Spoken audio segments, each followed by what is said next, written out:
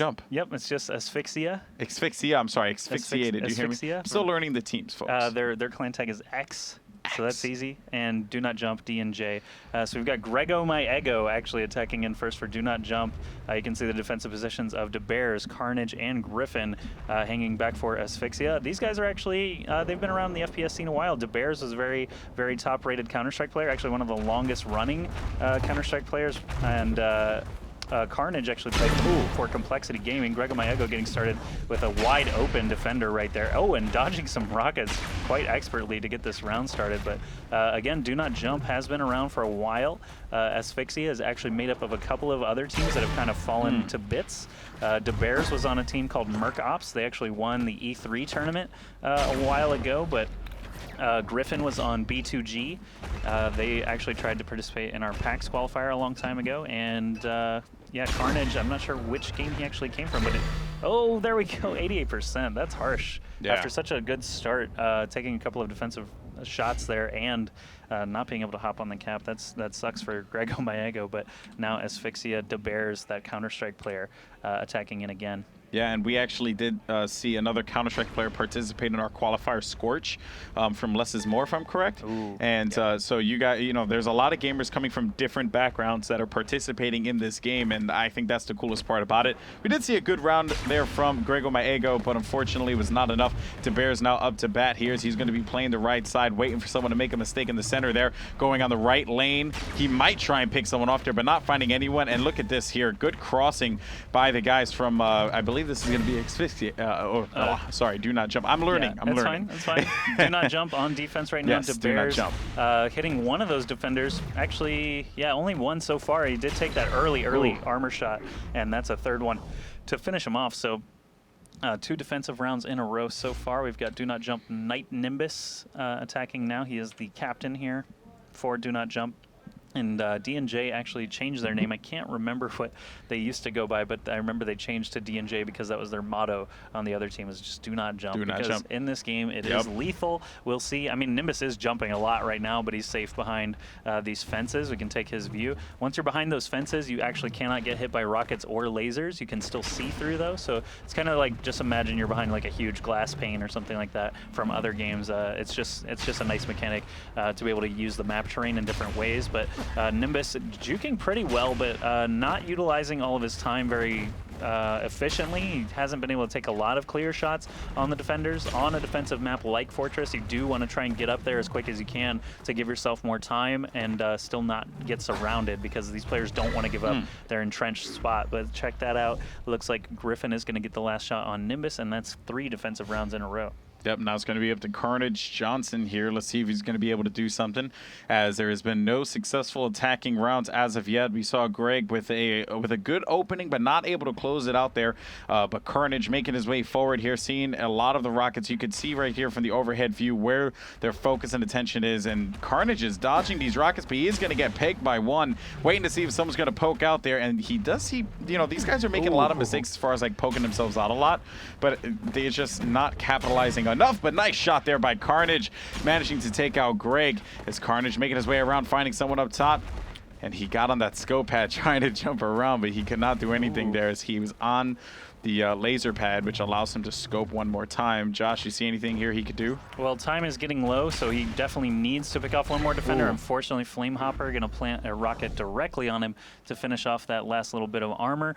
Blue wins the turn there, so that is 4 defensive rounds in a row. You can see Griffin with 5 defensive rockets of his own. Flamehopper and Grego My Ego splitting up the work over on Do Not Jump side. We'll go ahead and take Flamehopper's vision the whole way through here. He is taking a little bit of an alternate route around the right side. What this allows him to do is perhaps get a shot or 2 on that far right defender. DeBears, it lets him isolate him at the very least, but jumping all the way down, that's actually really scary, because that fall time is so long that a defender can plant rockets on you pretty quickly. But he doubles back. He sees that a defender has actually moved over to the right side fences, so he could be in trouble if he's not paying attention. There he goes, trying to rush down this defender while he's isolated. He does hit him, but it is a trade, so that's good for Carnage. Yep, that certainly is. Flamehopper getting the shot there. Nice stuff. He is going to have one more guy. It's going to be the Counter-Strike Pro DeBears, and now the clock is going to be winding down, and the goal can be captured. He's going to have 15 seconds to do so. Flamehopper needs to do something here. Oh, getting the shot on DeBears.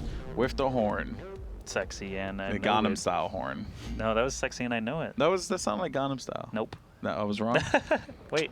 No, it was Sexy and I Know Yeah, It, yeah, I think. yeah. It probably Yeah. was. I think it was. They all sound the same. The chat will let us know. No Yeah, matter right. What. So Griffin attacking in now for not B2G, as I'm used to seeing him, but for Asphyxia, this newly formed team for qualifier number 3. They did play in qualifier number 2, but fell to Spin Move very quickly, and Spin Move went on to win the entire qualifier. So still not a real huge indicator of their abilities. We'll have to see throughout this best of 3 match how they're going to be able to do. But Flamehopper so far the only successful attacking round, and Griffin just getting pegged repeatedly, pinning him back down in those holes. He does not have a lot of time to get through those defenders anymore. Yeah, and he only has 1 bar of health left, so this is not a good look here as Grim trying to make his way around, seeing that someone's going to be poking around the corner here, waiting for them to make a mistake. Grim jumping around and not able to do anything as the score is going to be 4-2.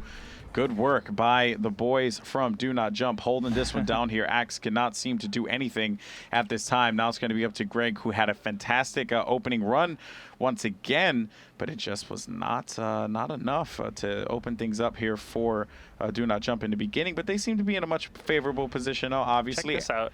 So Carnage actually Very hopped up on that interesting. very high point. I He needs to don't be think careful, though. Grego's seen that yet, so we're going to go ahead and take Grego's view. I don't believe he realizes Carnage is above him. He's still looking for him to flank around and not finding him. DeBear's at that very normal position up by that little half column. He found him. I think using sound in this game is actually massive.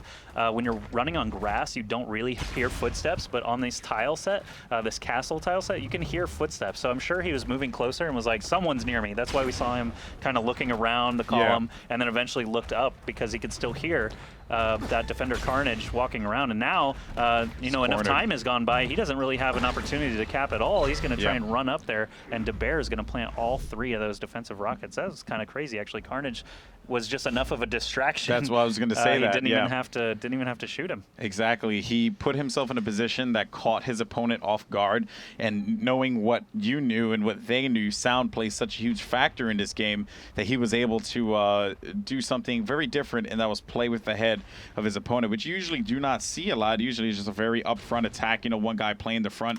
But DeBears is not in a favorable position as he is clearly identified, and they're just swarming rockets in his direction. DeBears now going to go for this miracle jump. Not enough pepper there as he was not able to make that leap. DeBears needs to climb his way back. He has plenty of time, though. And it seems like DeBears is going for the very common right side strat, you know, just going over here, hoping to pick one guy off. He is going to miss his laser, getting pegged 1-2. Is going to get pegged a 3rd time. No, he does not. But this is the time where they're going to be attacking because they know he's out of a laser once again, and he gets taken out. Grego and Flamehopper managing to take 2. Very good work there by, that would be X, as they managed to take that. Was that X? No, I'm sorry. That was DNG. That was DNJ. Yeah, DNJ was on the defense there. Nimbus is actually going to be attacking it again. Wasn't Flamehopper on another team? Flamehopper was on Resolution in the previous qualifier, but Yeah. Resolution actually added a new player, Delta. That was their sub. Really? And, well, DoNotJump actually lost a team member, so Flamehopper joined up with them. And Delta is going to be replacing him on Resolution for this qualifier. So that's all fine. As long as no players play on 2 teams in the same qualifier, it's all good. Yeah. Nimbus actually getting pegged twice, having to retreat very far back. You know, precious time is ticking away. He does have a little bit of less pressure here because his team is up. They only have to defend successfully one more time to take the map. So Nimbus, you know, just killing some time, trying to pick off a defender, does find one. If he could take this round, that'd be great for the morale of his team. But it seems like he's going to move in there into that zone with 1 armor left. He is not going to be able to do anything. 5 seconds left on the clock. Get a shot on the side there. Beautiful work there by Nimbus. He's going to get dropped, but still a very, I would say, a very good run there by Nimbus, and now it's going to be up to Carnage Johnson. See if he could do something here and keep the drive alive for his team, make it 5-5. But I don't know, man. With the way they've been playing on offense, I haven't really seen much out of them. All right, so Carnage is the last chance here for Asphyxia to try and get a point on the board. All they need is 1 attack round among them, and looks like he already picked off a defender, you know, up on that high ground.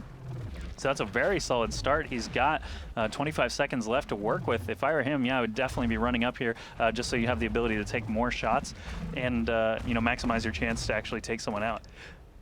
Yep, and we saw the very common jump shot there that Carnage was trying to go for, but just couldn't find anyone, as DNJ playing it slow, but Carnage with a nice shot there. That would be on Greg. That's a slick move. That's actually really hard to pull off. I've tried it a number of times. I really like this, but he's not capitalizing from anything here. He has to jump down. He had to try and get one more hit, but he could get this round. Ooh, that was a huge missed shot. That laser recharge is very long, but check that out. Nimbus did not play from behind the point. He actually just ran out in front. Because he thought he had him. Yeah.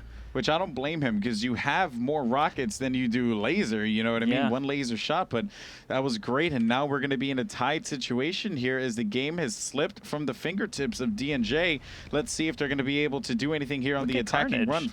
Flamehopper was pretty decent on the attack when he played with Resolution, but it seemed like you know, they still struggled a little bit. But you know what? This is interesting, as it was a call out there. Carnage was exposed as Flamehopper dodging rockets like a champion, making his way around, throwing a laser up top, not able to get anything there either, and he is just getting pressured here, waiting for someone to make a mistake.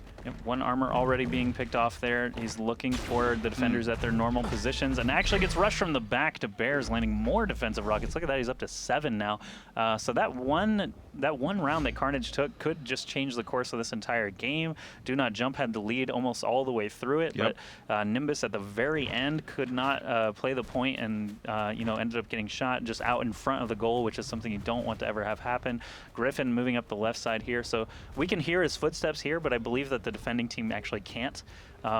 It's just how the texture works. Oh man, really good start there. Good eye from Griffin to be able to spot Nimbus out of position there. And 2 defenders left. One of them, actually, that one's a little bit isolated, but does fall behind the safety of that crooked wall. Yeah, I like what he's doing here too. Yeah, there should be one right on the other side of that column. It is Flamehopper. So Griffin has an opportunity here. He's still got 3 armor and already killed a defender. There's a second one. He actually has a chance to end the game right here if he can just pick off one more defender. He's in a duel, sort of a showdown situation, and nails him.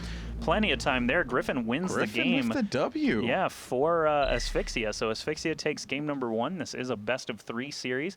And yeah, we're going to take this time now to get the map selected, vote over to the correct one. And on the other side, we should be back with game number 2. Thanks very much for watching. We'll be back in just a moment.